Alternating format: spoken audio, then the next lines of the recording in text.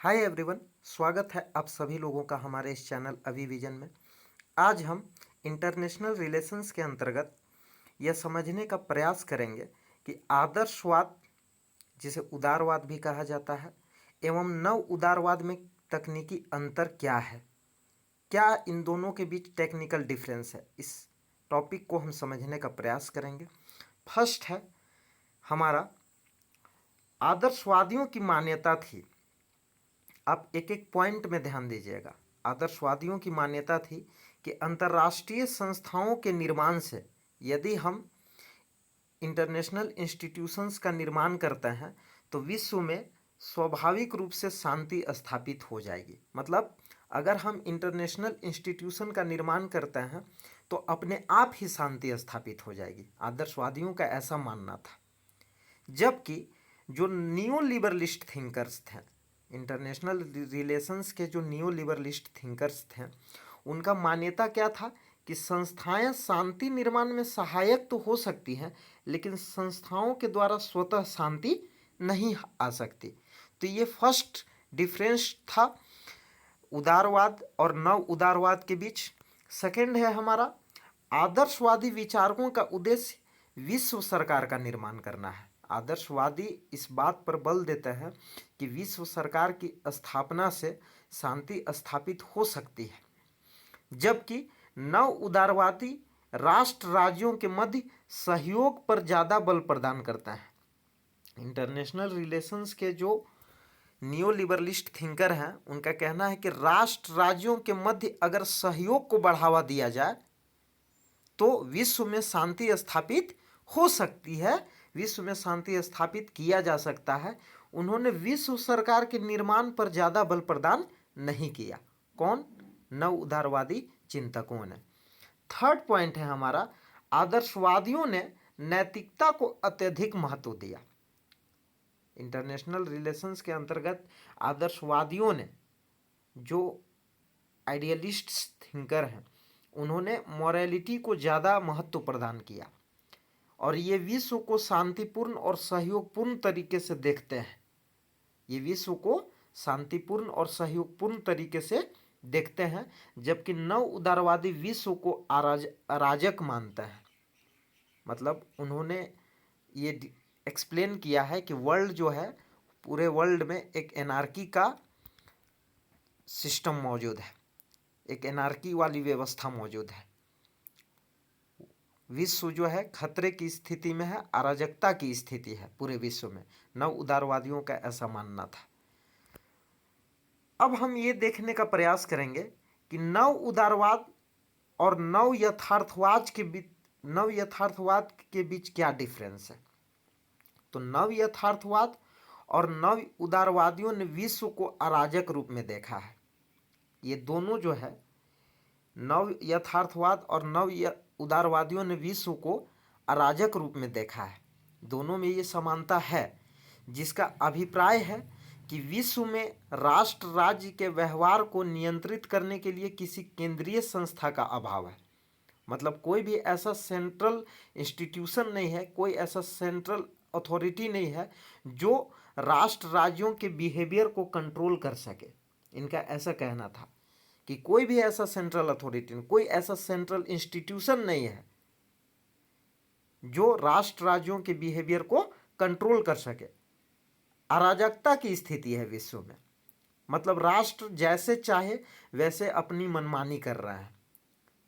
इसलिए विश्व मूलतः राज्य केंद्रित व्यवस्था द्वारा संचालित है। इनका कहना था जो विश्व है वो राज्य केंद्रित व्यवस्था द्वारा संचालित है, कोई किसी भी सेंट्रल इंस्टीट्यूशन का अभाव है, यहाँ पर अराजकता की स्थिति है। लेकिन नव उदारवादियों और नव यथार्थवाद ने अराजकता की प्रकृति और परिणाम को अलग अलग रूप से परिभाषित किया है। लेकिन जो नव उदारवादी हैं और नव यथार्थवादी हैं, इन्होंने उनके अराजकता का जो नेचर है और उसका जो कॉन्सिक्वेंसेस है उसको अलग अलग रूप में परिभाषित करने का काम किया है। तो आइए देखते हैं, समझने की कोशिश करते हैं कि नव उदारवादी और नव यथार्थवादियों के बीच इनमें क्या अंतर है। तो फर्स्ट पॉइंट है हमारा कि नव उदारवादी अंतर्राष्ट्रीय राजनीति में सहयोग एवं शांति पर बल देता है। जैसा कि हमने आपको बताया कि उदारवादी और नव उदारवादी ऐसे चिंतक हैं जो दोनों सहयोग एवं शांति की बात करता है और पारस्परिक हितों को अत्यधिक महत्व प्रदान करता है। इनके अनुसार यह सहयोग और शांति सामुदायिक संबंधों, व्यापारिक आदान प्रदान और लोकतांत्रिक संस्थाओं के द्वारा बेहतर किया जा सकता है, जबकि इसके विपरीत केनेथ वाल्टेज अंतर्राष्ट्रीय संबंध के अंतर्गत एक नव यथार्थवादी विचारक हैं। आपको इनका नाम याद रखना है कि केनेथ वाल्टेज नव यथार्थवादी विचारक हैं। वो सहयोग को अत्यधिक कठिन मानता है। नव यथार्थवादी विचारक एक केनेथ वाल्टेज हैं जिनका कहना है कि सहयोग कठिन है, कॉपरेशन जो है वो बहुत ही डिफिकल्ट है। क्यों डिफिकल्ट है? क्योंकि राज्य एक दूसरे पर विश्वास नहीं करते तथा धोखेबाजी की समस्या लगातार बनी हुई रहती है। सेकेंड पॉइंट है जो इनके बीच डिफरेंस को स्पष्ट करता है, क्लियर करता है, वो है हमारा कि नव उदारवादियों के अनुसार अंतर्राष्ट्रीय संस्थाओं और संगठनों को निर्मित करके राष्ट्र राज्यों के मध्य शांतिपूर्ण संबंधों का विकास संभव है। अंतर्राष्ट्रीय संस्थाओं, अगर हम इंटरनेशनल इंस्टीट्यूशन और ऑर्गेनाइजेशन को क्रिएट करता है, उन्हें बिल्ड करता है, तो राष्ट्र राज्यों के मध्य शांतिपूर्ण संबंधों का विकास संभव है, पॉसिबल है। उनके बीच शांति स्थापना किया जा सकता है और उनके बीच जो रिलेशन इस्टेब्लिश किए जाएंगे वो शांतिपूर्वक हो सकता है, ऐसा नव उदारवादियों का कहना है। लेकिन इसलिए अंतर्राष्ट्रीय राजनीति में व्याप्त अराजकता को नियंत्रित किया जा सकता है और उनका कहना है कि जो एनार्की का जो सिचुएशन बना हुआ है इंटरनेशनल पॉलिटिक्स के अंतर्गत, उसको कंट्रोल किया जा सकता है। कैसे कंट्रोल किया जा सकता है? इंटरनेशनल इंस्टीट्यूशन और ऑर्गेनाइजेशन को बिल्ड करके। जबकि नव यथार्थवाद, जैसे कि नव यथार्थवाद के एक चिंतक हैं केनेथ वाल्टेज, मैंने उनका नाम आपको बता दिया है, कि अंतर्राष्ट्रीय राजनीति को संघर्ष के रूप में चित्रित किया है। नव यथार्थवाद ने अंतर्राष्ट्रीय राजनीति को संघर्ष के रूप में चित्रित किया है। उन्होंने सिर्फ स्ट्रगल के रूप में देखा है इंटरनेशनल पॉलिटिक्स को, जहां राज्यों के मध्य सहयोग नहीं है। कहता है कि जहां राज्यों के मध्य सहयोग असंभव तो नहीं है लेकिन कठिन अवश्य है। उनका कहना है कि संघर्ष के रूप में चित्रित किया है, क्योंकि इनके अनुसार इस अराजकता विश्व व्यवस्था में प्रत्येक राज्य अपनी सुरक्षा के लिए स्वयं उत्तरदायी होते हैं, इसलिए वे अधिक से अधिक शक्ति अर्जन के लिए प्रयत्नशील होते हैं। और नव यथार्थवादियों का कहना है कि इस विश्व व्यवस्था में, इस अराजकता वाली विश्व व्यवस्था में प्रत्येक राज्य अपनी सुरक्षा के लिए स्वयं उत्तरदायी है, वो खुद रिस्पॉन्सिबल है अपने सिक्योरिटी के लिए, इसलिए वे अधिक से अधिक शक्ति अर्जन करने के लिए प्रयत्नशील होता है। क्योंकि अगर वो पावर को गेन नहीं करेंगे तो अपनी सिक्योरिटी को सुनिश्चित नहीं कर पाएंगे, अपनी सुरक्षा वो सुनिश्चित नहीं कर पाएंगे, इसलिए अधिक से अधिक शक्ति अर्जन करने के लिए वे प्रयत्नशील रहता है। आप क्लासिकल रियलिज्म को देखिए या नियो रियलिज्म को देखिए, दोनों ही ने अंतर्राष्ट्रीय राजनीति को संघर्ष के रूप में चित्रित किया है। उन्होंने कहा है कि international politics is the struggle for power. अंतर्राष्ट्रीय राजनीति शक्ति के लिए संघर्ष है। International politics is the struggle for power. अंतर्राष्ट्रीय राजनीति शक्ति के लिए संघर्ष है। शक्ति क्यों अर्जन करना चाहते हैं राष्ट्र? शक्ति इसलिए अर्जन करना चाहते हैं राज्य क्योंकि वो अपनी सिक्योरिटी को सुनिश्चित कर सके, वो अपनी सुरक्षा को सुनिश्चित कर सके, क्योंकि उनका मानना है कि विश्व व्यवस्था में एक अराजकता की स्थिति बनी हुई है। नेक्स्ट पॉइंट है, सेकेंड पॉइंट है हमारा कि नव यथार्थवाद ने शक्ति संघर्ष को अंतर्राष्ट्रीय राजनीति का केंद्रीय बिंदु स्वीकार किया है। जैसा कि हमने आपको पहले ही बताया है कि यथार्थवादी और नव यथार्थवादी दोनों चिंतकों ने शक्ति संघर्ष को अंतर्राष्ट्रीय राजनीति का केंद्रीय बिंदु स्वीकार किया है तथा इस बिंदु पर बल दिया है कि राज्य को अपनी क्षमता में वृद्धि के लिए निरंतर प्रयत्नशील होना पड़ता है। और राज्य को अगर अपने कैपेसिटी में डेवलपमेंट करना है, दैट मीन्स कि अपना मिलिट्री पावर को बढ़ाना है, अपने इकोनॉमिक पावर को बढ़ाना है, हर तरह के एबिलिटी को अगर डेवलप करना है तो उसे निरंतर प्रयत्नशील रहना पड़ेगा शक्ति अर्जित करने के लिए। तो केनेथ वाल्टेज ने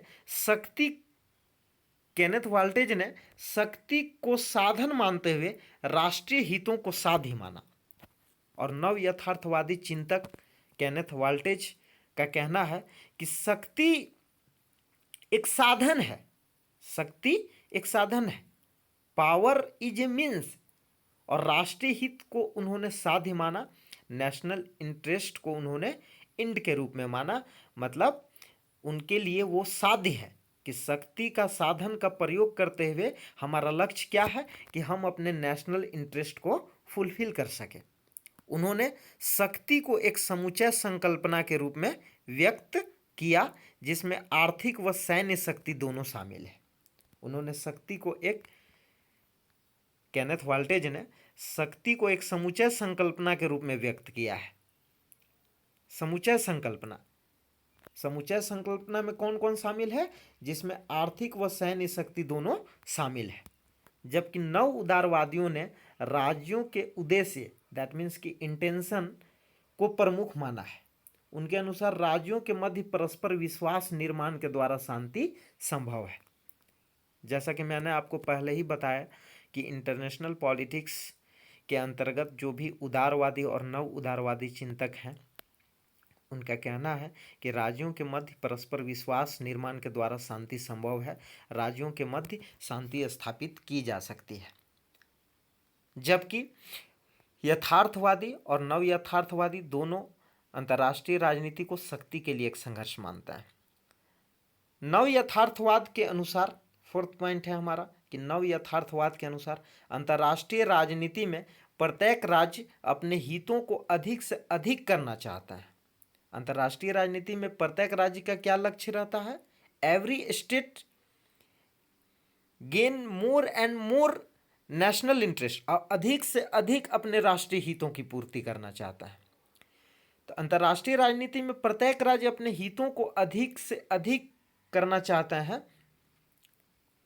इसी के साथ राज्यों का यह भी प्रयत्न होता है कि वे दूसरों के लाभों को कम कर सकें, और वो एक कार्य और करते हैं अंतर्राष्ट्रीय राजनीति के अंतर्गत कि वे दूसरों को लाभ कमाने का मौका नहीं देते हैं, और ये हमेशा प्रयास करते हैं कि अपने आप की तुलना में दूसरों को कम लाभ हो, जिसे कि हम रिलेटिव गेन के नाम से जानते हैं। ये जो रिलेटिव गेन का कॉन्सेप्ट है, ये आपको समझना है। इसके अंतर्गत प्रत्येक राज्य अपने हितों को अधिक से अधिक करना चाहते हैं, और राज्यों का यह भी प्रयत्न होता है कि वे दूसरों के लाभों को कम कर सकें। मतलब दूसरे राज्य की तुलना में उनका जो हित है वो अधिक से अधिक हो, उनका जो लाभ है वो अधिक से अधिक हो। तो इसी को हम रिलेटिव गेन कहता है। जबकि नव उदारवादियों के अनुसार, लेकिन नव उदारवादियों का क्या मानना है कि प्रत्येक राज्य को अपने हितों को बढ़ाने की चिंता करनी चाहिए। प्रत्येक राज्य को सिर्फ इतना ही चिंता करनी चाहिए कि वह अपने नेशनल इंटरेस्ट को कैसे बढ़ा सकता है, कैसे उनका इंक्रीमेंट किया जा सकता है। अपने नेशनल इंटरेस्ट को अधिक से अधिक बढ़ाने की कोशिश करनी चाहिए। उसे यह परवाह नहीं करनी चाहिए कि इससे दूसरे राज्यों को कितना लाभ होगा। उसे सिर्फ अपना देखना चाहिए, अपने लाभ के बारे में सोचना चाहिए। उन्हें यह परवाह नहीं करना चाहिए कि हमारे इस कार्य से दूसरे राज्यों को कितना लाभ हो पाएगा। और ये जो कॉन्सेप्ट है, ये एब्सोल्यूट गेन का कॉन्सेप्ट है जो नव उदारवादी चिंतकों के द्वारा दिया गया है। तो आशा करता हूँ दोस्तों कि यह वीडियो आपको बहुत अच्छी लगी होगी। अगर आपको हमारी यह वीडियो अच्छी लगे तो इस वीडियो को लाइक करें, शेयर करें और हमारे इस चैनल को सब्सक्राइब करें ताकि आगे आने वाली वीडियो की नोटिफिकेशंस आपको मिलती रहे। तो आज के लिए इतना ही। धन्यवाद। Thanks for watching.